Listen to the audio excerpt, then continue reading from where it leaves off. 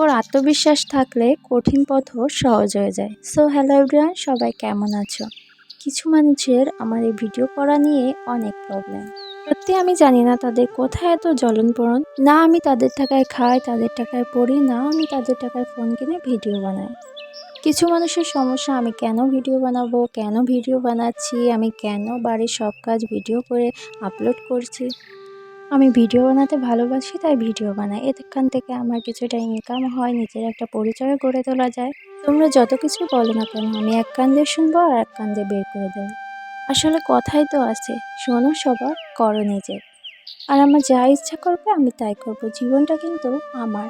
আমার ফ্যামিলির লোকের কিন্তু কোনো অসুবিধা নেই এই ভিডিও করা নিয়ে। আর আমার বাড়ির লোক সবাই আমাকে খুবই সাপোর্ট করে এই ভিডিও করা নিয়ে। আর আমার দিদির তো খুবই ভালো লাগে এই ভিডিওগুলো, আমার মারও অনেক ভালো লাগে এই ভিডিওগুলো। কারণ এই ডেইলি লাইফের মতো ভিডিওগুলো অনেকেরই ভালো লাগে।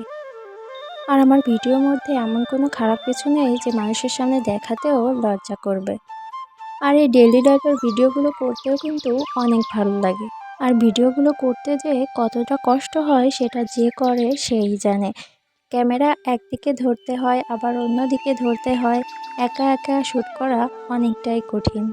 অনেক কথাই তো বলে ফেললাম। তো এই যে চলে এসেছিলাম রান্নাঘরে, এসে দেখি যে মা রান্না হয়ে গেছে।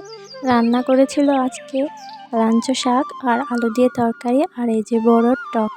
তো সেগুলো দিয়েই খাচ্ছিলাম, সাথে ছিল শিং মাছের ঝোল।